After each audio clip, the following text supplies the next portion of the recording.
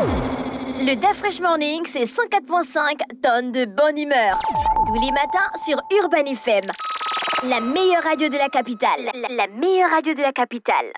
Sur les 104.5 Urban FM, la station urbaine dans le DAF Fresh Morning, on est avec Elvis. Bonjour. Bonjour DAF Fresh, bonjour René. Bonjour. Comment tu vas ce matin? Ça va.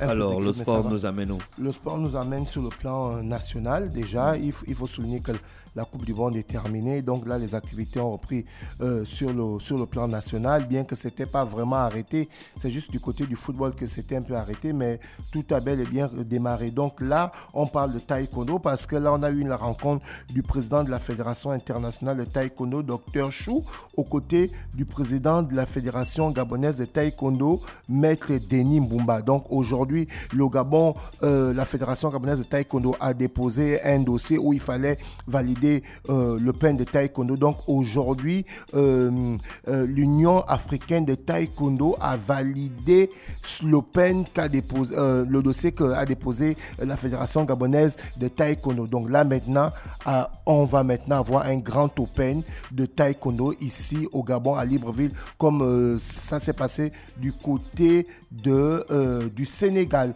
On continue toujours dans le taekwondo pour parler de la Coupe Anthony Obam, qui était à sa première édition le week-end dernier. Il faut souligner qu'il y a eu près de 150 combattants qui ont pris le chemin des tatamis dans toutes les catégories. Évidemment, ça s'est passé du côté du Prétané militaire. Donc, c'était une compétition qui s'est très, très bien passée. Comme d'Afrique, j'ai l'habitude de le souligner, les taekwondoïstes ont répondu présent, près de 150 athlètes. Donc parmi les catégories, on avait les catégories de 58 kilos, plus 80 kilos. Chez les dames, on avait les 48 kilos et on avait plus de 67 kilos. Donc en fait, le tournoi s'est très très très bien passé. Et évidemment, Anthony Obam lui-même, il était là présent. Donc c'est-à-dire qu'aujourd'hui, ce grand athlète gabonais, à part le fait qu'il a défendu valamment les couleurs du vert jaune bleu et qui continue à défendre aujourd'hui par rapport à son aura, il vient de mettre en place une compétition qui va permettre aussi de détecter plusieurs talents pour sa discipline qui est le taekwondo. On rappelle que c'est le tout premier médaillé gabonais aux Jeux Olympiques, où aux Jeux Olympiques il avait eu la médaille d'argent et il était aussi champion du monde de taekwondo. Donc on espère vivement que cette compétition, la coupe dénommée Anthony Milan Obam, va continuer à évidemment chaque année pour permettre la détection des jeunes talents, mais aussi de former aussi des grands taekwondoïstes comme lui. On continue toujours sur le sport national pour parler de l'association gabonaise Omnisport des sourds-muets qui participera à la prochaine édition du championnat du monde des sourds-muets. Il faut souligner que le sport ne se joue pas seulement chez les valides, mais il y a aussi nos frères sourds-muets qui font du sport. Et aujourd'hui, l'association est récompensée parce qu'elle a été acceptée pour le championnat du monde des sourds-muets qui se jouera du 23 septembre au 7 octobre 2023.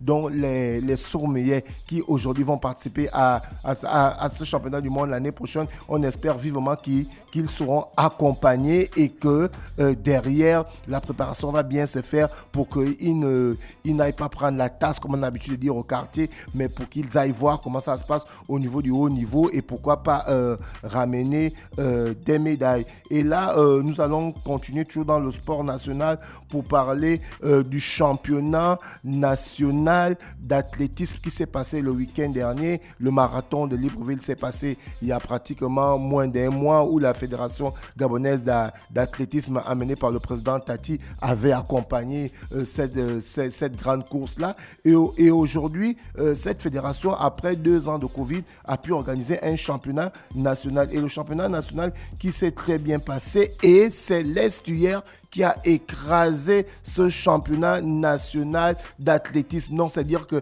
les choses ont bel et bien démarré du côté du Gabon après les 2 ans de la Covid. Donc aujourd'hui, ces différents présidents, puisqu'ils ont eu les budgets pour lancer les activités ont bel et bien repris. Et là, nous allons toujours continuer le plan national pour parler du jeune international Franck Ngouan qui a passé 5 ans du côté de l'Égypte. Aujourd'hui, il a rebondi du côté de la Libye où il est en train de relancer sa carrière. Il fait quoi? Il joue en première division en Libye.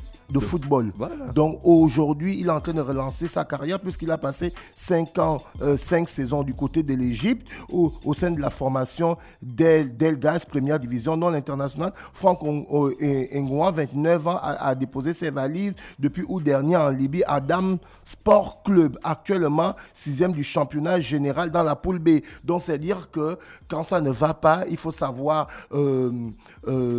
faire un tour en arrière, restructurer sa carrière et ensuite se relancer. Et c'est ça que le jeune Franck Ngouan est en train de faire là. Et c'est Ngonga, c'est en français, c'est Ngouan normalement. Ngouan même. Ngonga, c'est en français, tu vois.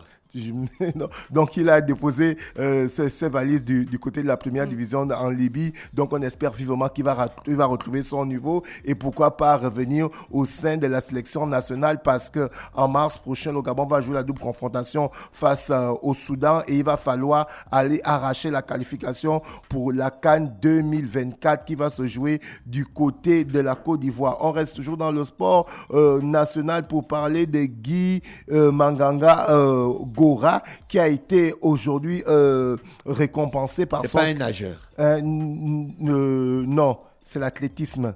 C'est un coureur. Donc aujourd'hui, il a été récompensé parce qu'il évolue du côté du club Antenne du sud de Lyon. Donc en fait, comme vous le saviez, le ministère de la Jeunesse et des Sports a initié plusieurs bourses sportives afin que nos athlètes qui ont eu à marquer sur le plan national puissent aller titiller les grands athlètes au niveau du monde. Donc certains ont pu bénéficier des bourses. On l'a notamment souligné pour Omar Cissé qui a bénéficié d'une bourse qui est en Allemagne. C'est la bourse aussi que Rudy Zambilama avait bénéficié quand elle a remporté le championnat d'Afrique au 100 mètres en 2012. Anthony Obama aussi a bénéficié de cette bourse. Donc il y a ces athlètes-là qui évoluent dans des grands clubs en Europe. Donc je parle des athlètes gabonais. Et dans certains clubs représentent ces clubs-là et alignent des performances. C'est le cas de Guy Maganga Gora qui aujourd'hui est récompensé par l'antenne sud de Lyon. Le club, donc, il fait partie parce que la dernière fois, il a participé au dernier jeu de Tokyo. Du côté du Japon qui avait eu lieu du 23 juillet 2021 au 8 août 2021 et il était sorti en demi-finale aux 200 mètres et évidemment il avait fait un chrono de 20 secondes 44. Donc aujourd'hui celui-ci a été récompensé et ça va toujours dans la politique sportive impulsée par le chef de l'État via le ministère de la Jeunesse et des Sports qu'il faut booster ces jeunes pour que le Gabon puisse devenir une grande nation de sport. On va terminer cette rubrique sportive pour parler de la NBA. La NBA qui est le championnat de basketball américain pour ceux qui ne le savent pas. Et derrière, on a eu des rencontres suivantes. Les rencontres se sont jouées dans la nuit de mardi à mercredi via le décalage horaire d'Afresh qui habite aux États-Unis, connaît très bien les States. J'habite à Liban. il sait que par exemple au Gabon, par exemple actuellement il est 9h, aux États-Unis c'est la nuit, donc ce qui fait que quand nous ici c'est la nuit, là-bas c'est la journée. Donc voilà pourquoi les matchs se passent généralement la nuit ici au Gabon. Entre-temps c'est le jour du côté des États-Unis. Donc les Détroits de Pistons qui ont perdu face à Utah Jazz 126-111 et de l'autre côté les Knicks de Washington étaient opposés à Golden State Warriors. Ce sont les Knicks de New York qui l'ont emporté emporté 132 à 94 et le Miami Heat a perdu contre le Chicago Bulls 113 à 103 et les Saints ont perdu face aux Wizards de Washington 113 à 110. Et on va parler des rencontres d'aujourd'hui. Aujourd'hui, on aura par exemple les Cleveland qui seront opposés aux Bucks de Antetokounmpo, si je prononce bien. Antetokounmpo. Son nom est compliqué. Ce nom est vraiment compliqué. Ce grec d'origine nigériane. Donc, les Cavaliers qui sont opposés aux Bucks de Milwaukee demain à partir de 1h00. En fait, c'est dans la nuit de mercredi à jeudi. Et toujours les rencontres NBA, on aura les Sixers de Philadelphie amenés par Joel Embiid, l'un des meilleurs joueurs de la NBA actuellement. Ils sont opposés aux Detroit des Pistons toujours demain à partir de 1h00. Et les Knicks de Washington, les Knicks de New York, autant pour moi, seront opposés aux Raptors de Toronto. Et la dernière rencontre va opposer New Jersey aux Warriors. Je parlais de Golden State, de Stephen Curry. Donc voici les différentes rencontres. Et je rappelle que le championnat de la Première Ligue, le championnat anglais, va redémarrer le 26. Donc durant les fêtes, il y a le Boxing Day qui revient. Merci Elvis avec nous ce matin sur les 104.5 Urban FM, la station urbaine dans le Da Fresh Morning. Le Da Fresh Morning, c'est 104.5 tonnes de bonne humeur. Tous les matins sur Urban FM. La meilleure radio de la capitale. La meilleure radio de la capitale.